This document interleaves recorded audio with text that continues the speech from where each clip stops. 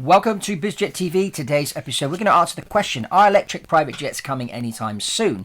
Now, this is a question I get asked a lot, and we are going to answer that for you. But before we launch into that, have you got yourself a copy of The Quantum Economy? My latest book just came out a few weeks ago, available on Amazon, Barnes & Noble, Books A Million, lots of other bookstores. You can click on the link below, get yourself a copy, and then when you get a copy and you've read it, please post a review. We want to get the word out there about the quantum economy. This book is about the future of business. It's about emerging economies, about technology, and the important role that private jets are going to play for entrepreneurs. So if you're an entrepreneur, you really need to read this book. Lots of information on here, and of course you can reach out to me if you want to do a one-to-one call. So, electric jets, are they coming anytime soon? Number of people working on these projects. The one company which springs out to mind is Aviation. As you can see, they've got a fancy design here. This airplane will fly about 600 to 700 miles, and you can put a few people in it. Obviously, this is kind of aimed at doing a small regional airlines and that, which have already placed orders for this aircraft. Also, EasyJet are working with Wright Electric in America, which is a company developing a 186-seater with an 800-mile range. So there are a few projects out there on electrifying jets. Obviously, the challenge we have with an aeroplane is with the eVTOLs, for example, which electrical vertical takeoff and landing. I talk about this in my book, Quantum Economy. The problem they have is that it takes a lot of energy to get the eVTOL off the ground in a vertical mode. And obviously, if you're using that energy to get the airplane off vertically, then it's going to not have much range. But if you're taking it off conventionally, like a normal airplane, then you're going to have more range. But the problem then happens when the airplane has to climb and go up at altitude, because every 1,000 feet the temperature decreases by 2 degrees Celsius. So if you're going up to 30,000 feet, do the maths, it's very cold up there. So they need a battery that can function in very cold weather or cold atmosphere. So these are kind of the challenges that the designers are having right now. I reckon we're going to see electric airplanes by 2030.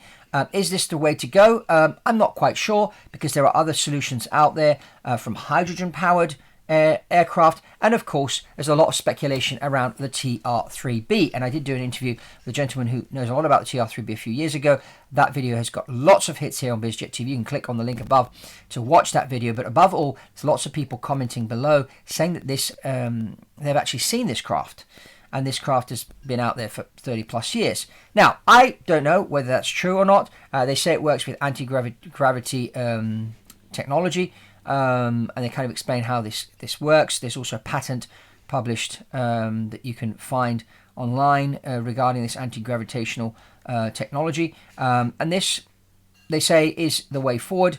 As far as long-distance travel is concerned, Elon Musk is telling everybody that he's going to use his rockets to take people from anywhere to anywhere. So that would solve the problem. Obviously, rockets don't run on the same fuel that airplanes do. So there are other solutions out there besides electric. The challenges of electric we've just mentioned. Hydrogen is another good option, and this electrical the anti-gravitational technology is another one that people have been talking about. And there's probably other stuff out there that you could use. So lots of speculation also around electric cars, around these batteries and how they're made, and the materials that they use, and the fact that they use a lot of children in places like Africa and South America to mine what's needed to then make these batteries. There's lots of talk about that, and they're saying, is it really environmental friendly to have an electric car or an electric aeroplane?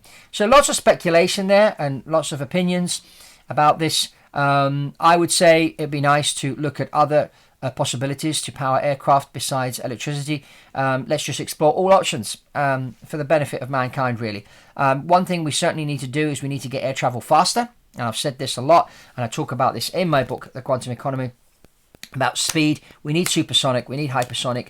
This is really where we need to go. Everything else has accelerated, as I mentioned in my book, but air travel hasn't. We're still flying the same speed we flew 50 years ago through the air. Of course, we don't have Concorde anymore, so civilian supersonic air travel right now in 2023 is not possible. But it's coming back. It's coming back soon, which is good. And I think that really needs to be our focus, is going faster as well as going cleaner. So post below your comments. I'd love to hear from you. Give us a thumbs up if you enjoyed this video, or thumbs down if you didn't. And remember, get yourself a copy of The Quantum Economy, and when you've got the book and you've read the book, please post, comment below. Lots of interesting stuff here. It's a quick read. So get yourself a copy and subscribe. And if you want to talk to me about buying a private jet, you can always reach out to me, ping me an email, and we'll schedule you in for a call. And that's all from Fabrizio Poli on BizJet TV, and I'll see you on the next one.